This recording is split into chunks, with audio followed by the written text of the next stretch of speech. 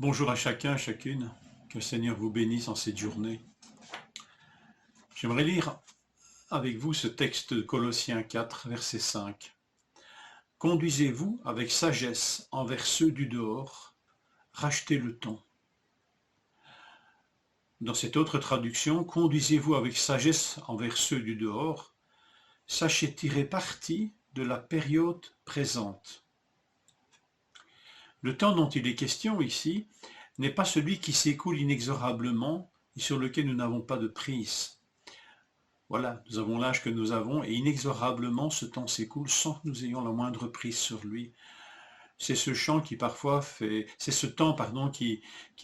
tenir des propos désabusés comme celui de Léo Ferré, avec le temps tout s'en va et tout fout le camp.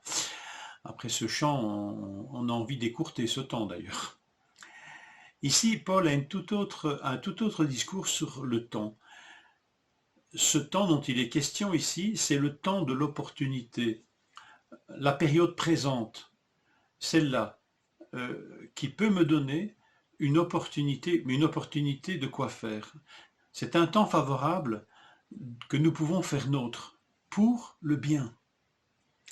Il est toujours le temps de nous conduire avec sagesse envers ceux du dehors, envers ceux et celles qui sont aux yeux de Dieu, ceux du dehors de la grâce reçue, qui n'ont pas encore reçu mais qui peuvent recevoir. Alors s'ils reçoivent cette grâce, ils seront des gens du dedans du peuple que Dieu se constitue et rassemble dans l'Église, avec un grand E.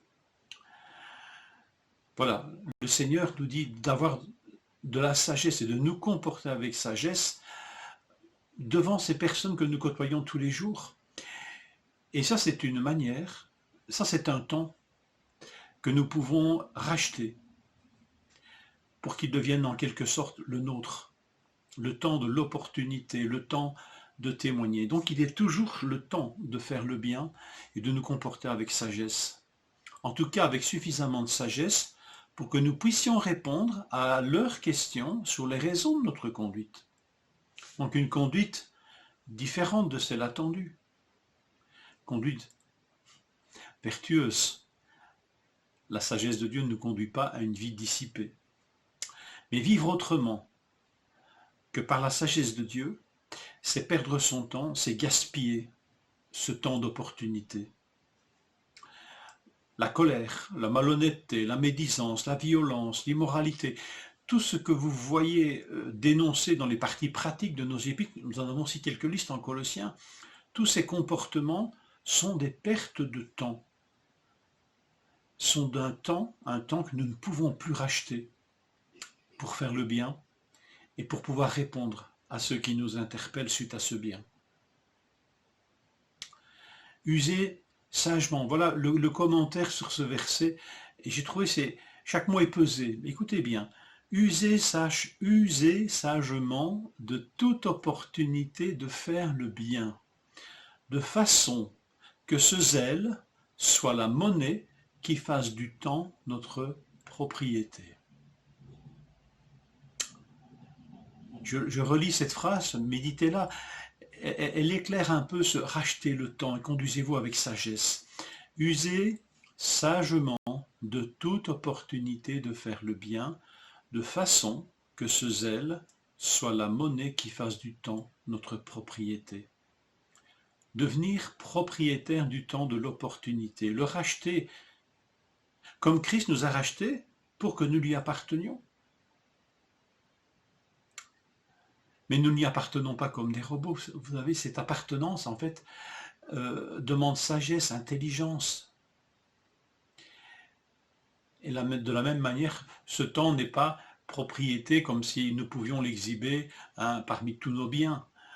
Mais nous avons un impact sur ce temps. Il ne nous file pas entre les doigts. Remarquons que cette exhortation de racheter le temps fait suite à une autre exhortation. Je lis ceci dans la Bible de Jérusalem. Soyez assidus à la prière, qu'elle vous tienne vigilants dans l'action de grâce. C'est le verset 2 de Colossiens 4. Verset 3, priez pour nous en particulier afin que Dieu ouvre un champ libre à notre prédication et que nous puissions annoncer le mystère du Christ. C'est à cause de lui que je suis dans les fers, dans les chaînes. Obtenez-moi de le publier en parlant comme je le dois. Prier, c'est commencer à racheter le temps de l'opportunité. Comme Paul ici demandait aux Colossiens de prier pour lui afin qu'il ait des occasions de témoigner, d'annoncer le mystère de Christ, même en prison. Ce temps-là est même le temps favorable en prison, dans toutes les limitations possibles que la prison implique. Voyez l'attente de l'apôtre suite à la prière de ses frères. Obtenez-moi de le publier, le mystère de Christ. Obtenez-moi-le. Rachetez-le pour moi, ce temps d'opportunité pour parler de Christ. Incroyable, hein? Obtenez-le-moi. Quand nous prions, nous pouvons obtenir aussi pour d'autres. Nous pouvons racheter ensemble, en quelque sorte, par la prière, ce temps d'opportunité. Propriétaire de ce temps, par la prière, par la conduite sage, par la parole savoureuse et pure de la grâce. Que le Seigneur nous accorde de pouvoir racheter le temps et que ça génère en nous de la joie et vraiment que nous puissions être édifiés, nous dire Seigneur, avec toi, je ne perds pas mon temps.